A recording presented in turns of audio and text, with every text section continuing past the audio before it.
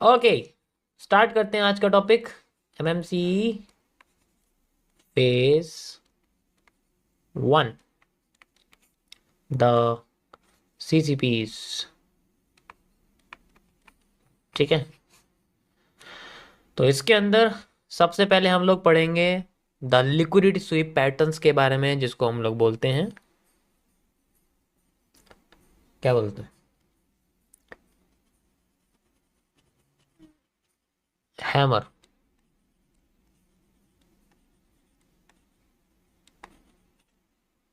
Hammer कैसे लिखते हैं? ठीक है, अब 2 मिनट के लिए शांत हो जाओ। मैं चाहता हूँ मेरी स्ट्रीम पर 2600 लोग बैठे हैं, एक भी बंदा आवाज ना करे, चुपचाप बैठा रहे। शायद मेरा एक एक वर्ड आप लोगों के लिए थोड़ा कीमती हो। ठीक है,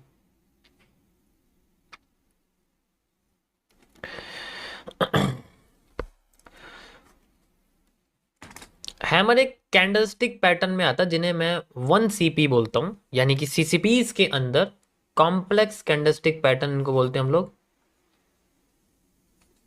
कॉम्प्लेक्स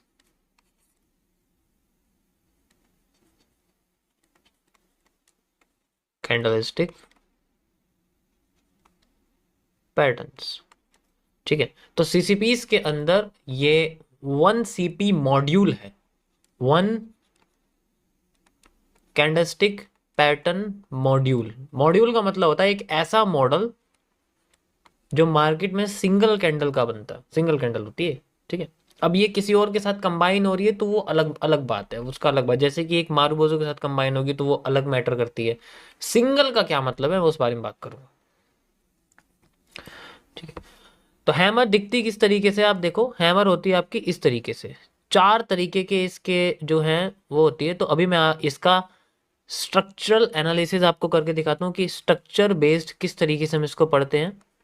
तो स्ट्रक्चर किस तरीके से काम करता है मैं आपको पहले इसके बारे में बताऊंगा। ठीक है, इसको थोड़ा सा दूर बना देता हूँ मैं, घिच पिच सी हो जाएगी, वरना ऐसा लगेगा जैसे किसी दिल्ली के जाम में फंस गए बेचारे। इसको ऐसे कर दिया हमने। ठीक है, सबसे पहला होता है ये, इसे बोलते हैं हम लोग जलपरी, जलपरा भी कह सकते हो। पायरेट्स ऑफ द कैरिबियन किस किस ने देखी है? नए लोग बताओ मुझे, किस किस ने देखी pirates of the Caribbean? 5 part है ना उसके, पांचों पार्ट किस किस ने देखे? हम्म, देखिए किसी ने?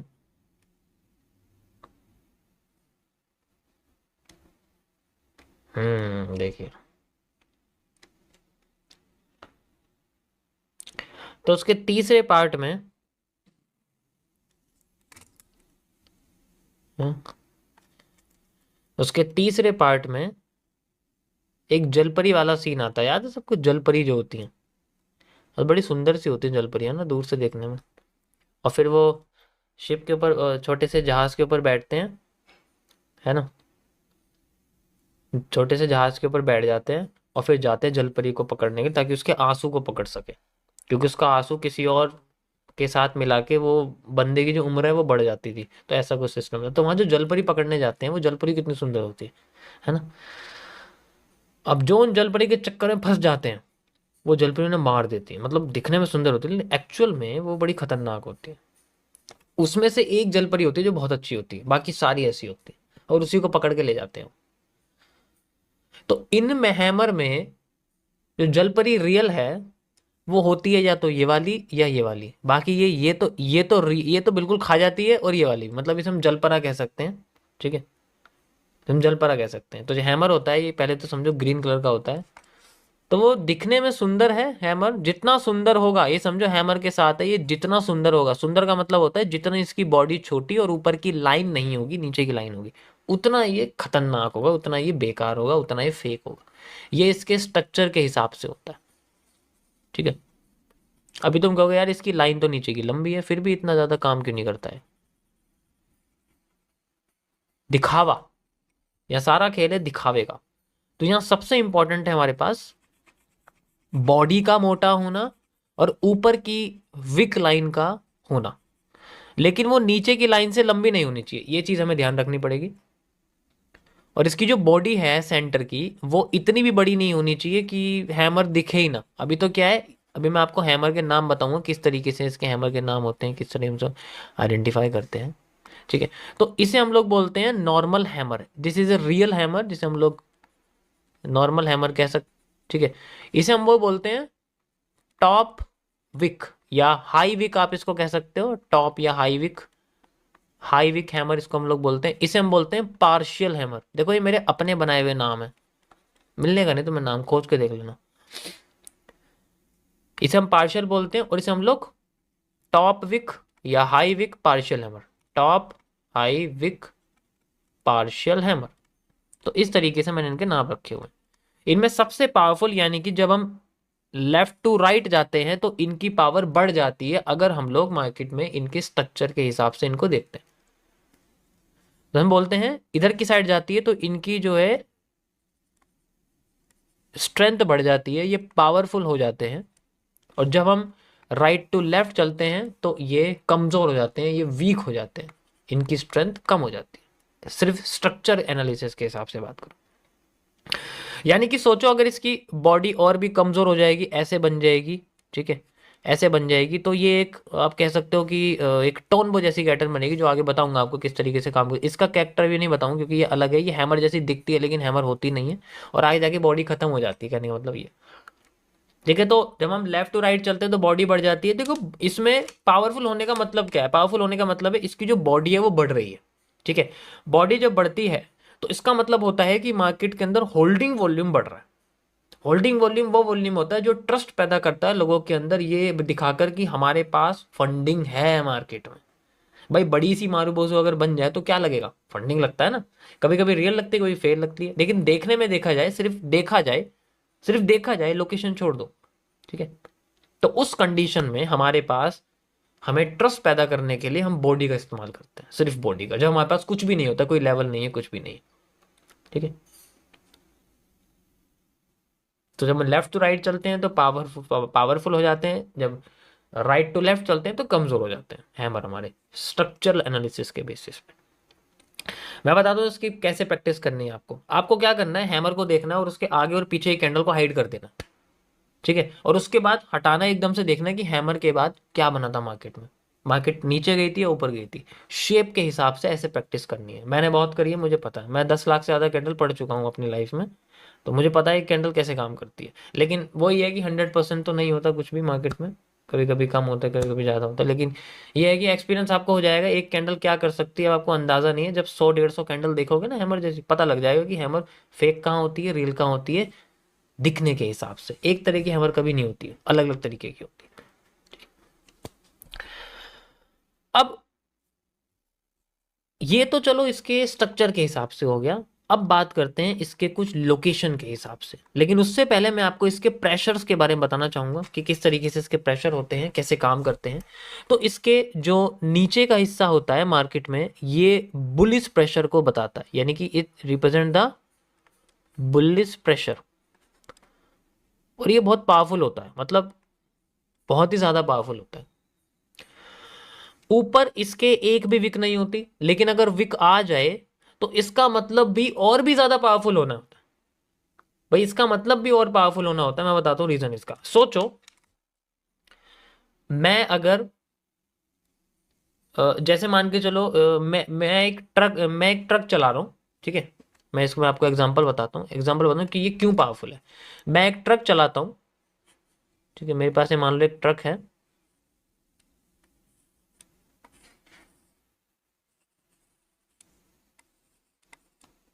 ये मेरे पास एक ट्रक है मान लो, रियल है, रिमोट कंट्रोल वाला नहीं है, ऐसे ही बनाया मैंने। तो अब ये सिंपल चल रहा है, इसमें कोई इशू नहीं है। ठीक है, तो अगर मान लो मैं यहाँ से ट्रक ये चल रहा है आगे, और आगे एक बड़ा सा जो है एक और ट्रक आ जाता है, मान लो इसी के जैसा एक और ट्रक आ जाता है। ठीक है, इसी के जैसा एक और ट्रक आ जाता है और वो चल नहीं पा रहा। ठीक है, तो उसको भी मुझे खींचना पड़ रहा है, तो मैं आगे से उसको धक्का दे रहा हूँ। अभी मेरी ट्रक की स्पीड है मान लो 100 किलोमीटर पर आवर के हिसाब से। तो जब मैं इसमें प्रेशर देता हूँ तो ऑब्वियसली बात है स्पीड कम हो जाएगी, स्पीड कम हो जाएगी ना, लेकिन रुक थोड़ी जाएगा। अब जब 100 किलोमीटर के हिसाब से चल रहा है मान लो, उसके बाद फिर मैं इसे लूंगा तो ये कम से कम शायद हो सकता है कि 50 पे आ जाए, आधी हो जाए, है ना। लेकिन चलना थोड़ी बंद कर देगा, फिर भी चलेगा। अब इसको और तेज भगाने के लिए मैं इसमें और प्रेशर डालूंगा, तो प्रेशर डालूंगा इसका मतलब मैं इसको किसी ना किसी तरीके से 70 किलोमीटर पर लेके ही आ जाऊंगा। इसका मतलब मार्केट में जो विक होती है इसमें ऊपर से जो बेरिश प्रेशर पड़ता है ये और पावरफुल कर देता है इसकी प्रेशर को। इसीलिए जब हम राइट साइड चलते हैं विक अगर लंबी हो जाएगी ऊपर की तो और भी ज्यादा पावरफुल हो जाता है, क्योंकि प्रेशर तो नीचे से है ही ऑलरेडी, लेकिन ऊपर का और ज्यादा इसको पावरफुल बना कि ऊपर तो जाना ही जाना है चाहे कुछ भी हो जाए। अभी आपको चार्ट पे दिखाता हूँ किस तरीके से इसको देखते हैं जब हम नॉर्मल स्ट्रक्चर वाला सिस्टम देखते हैं किस तरीके से। टायर वगैरह खराब नहीं होंगे, दिखेगी बस सिंपल चलती हुई हमें। ठीक है, दिखाता हूँ मैं आपको किस तरीके से काम करते हुए हमें दिखती है। देन वी हैव दिस, ये आप देख सकते हो, ये देखो यहाँ पर आपको दिख रही होगी, ये हैमर आपको दिखा है, ये बिल्कुल वही है जो भी आपको मैंने समझाया, एग्जैक्ट यही है। तो इसमें जो प्रेशर होता है उससे फर्क नहीं पड़ता, लेकिन ये और इसको पावरफुल करता है। अभी सिर्फ देखने में फोकस करो किस तरीके से ये दिखता है। गॉट इट, समझ आया? ये तो लाइव में बन रहा है तुम्हारे, इसमें तो कोई इशू नहीं है।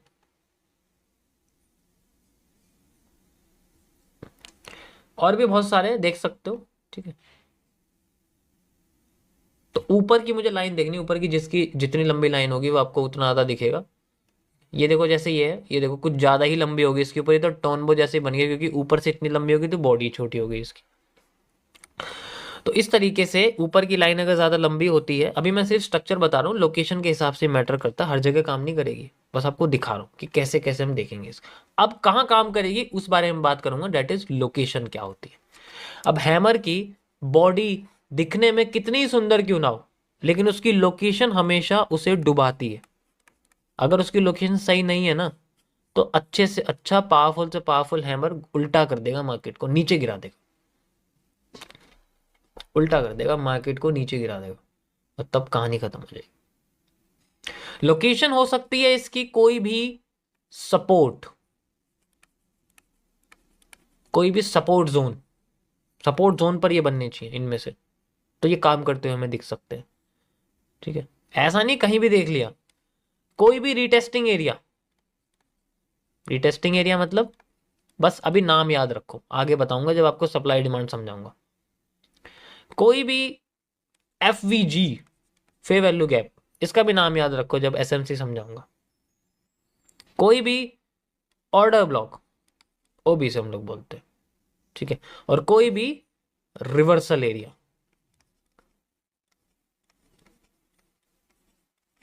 तो ये बेसिकली सारे एरियाज है, लोकेशन है, उसके बेसिस पे ये काम करती है। ठीक है,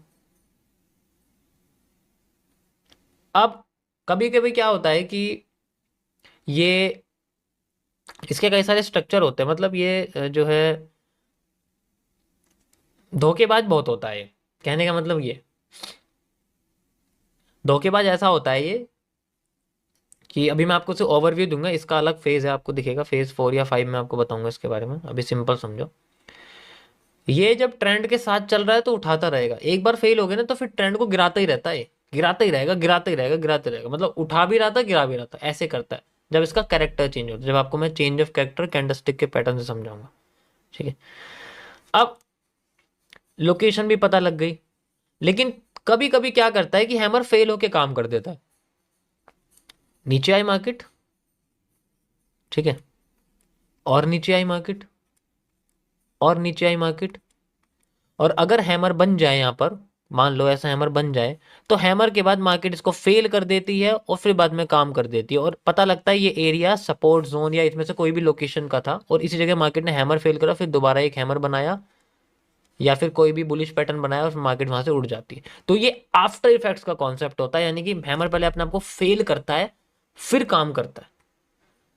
अब लेकिन इसके बारे में तो पता होता नहीं है, तो इसलिए हैमर के बाद की एक कैंडल की कंफर्मेशन ली जाती है कि भाई एक कैंडल बनी है जो बुलिश जैसी दिखे, मारूबोज जैसी दिखे, लेकिन अगर वो रेड मारूबोज बन गई इसका मतलब क्या है, वो तो फेल हो गई ना। एग्जाम्पल दिखाता हूं आपको कैसे काम कर। ठीक है, ये देखो, ये दिख रही है आपको, ये देखो हैमर दिखा, फेल हुआ, एक बुलिश एंगल्फिंग बना दी, बुलिश पैटर्न बना दिया। तो ये क्या करता है, ज्यादातर केसेस में अपने आप को फेल करता फिर काम कराता, फेल करता फिर काम करता, इसका एक कैरेक्टर ही बन जाता है फिर ये।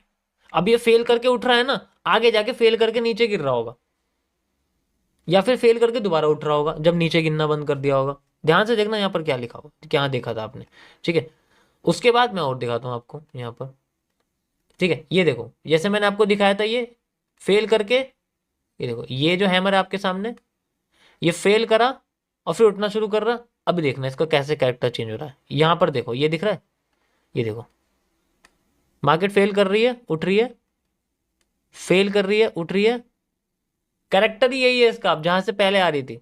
तो ये इस तरीके से काम करता है कभी कभी, जिसके बारे में आपको और डिटेल में बताऊं जब मैं आपको कैंडल आफ्टर इफेक्ट्स के कॉन्सेप्ट समझाऊंगा कि कैसे कैसे ये जो कैंडल होती है ये अपने आप को कैसे कैसे पहले फेल करेंगी फिर काम करेंगी। सबको लेगा हैमर टूट गया, लेकिन लौट के जब मार्केट रिवर्स करती है ना उसी जगह से, तब हम कैसे सोचते हैं इसके बारे में। इसकी अलग ही दुनिया है। इसके बारे में मैंने बहुत रिसर्च करी है, बहुत ज्यादा करी है, आपको आफ्टर इफेक्ट्स में बताऊंगा। और इसी तरीके से आपके hanging man same to same काम करते हैं, कलर चेंज हो जाता है।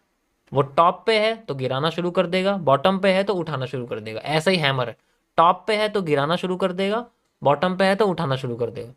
हैंगिंग मैन भी हैमर के जैसा ही काम करता है, लोकेशन के हिसाब से वो अपने जो है एरिया क्रिएट करता है। Got it? I hope candle hammer के बारे में जानना इतना काफ़ी है। तो ये था गाइज आपका हैमर के लिए। आई होप आप लोगों को हैमर की थोड़ी सी जो है कंडीशन समझ में आएगी, किस तरीके से काम करता है। देखो इसमें सबसे इंपॉर्टेंट एरिया है आपका जो है ना आफ्टर इफेक्ट वाला है, क्योंकि ये फेल होके काम करता है ज्यादातर केसेस में। तो जो फेल होने वाला सिस्टम है उसे समझना पड़ेगा कैसे काम करता है। Got it? Got it? Screenshot ले सकते हो अगर लेना है आप लोगों को, कोई इशू नहीं है। अब ये चीजें चार्ट पे देखना 100 बार, अपने आप पता लग जाएगा कि मैंने एक एक वर्ड तुमसे बोला है वो बिल्कुल रिसर्च्ड है, वेल ऑर्गेनाइज्ड है और सही तरीके से बताया हुआ है।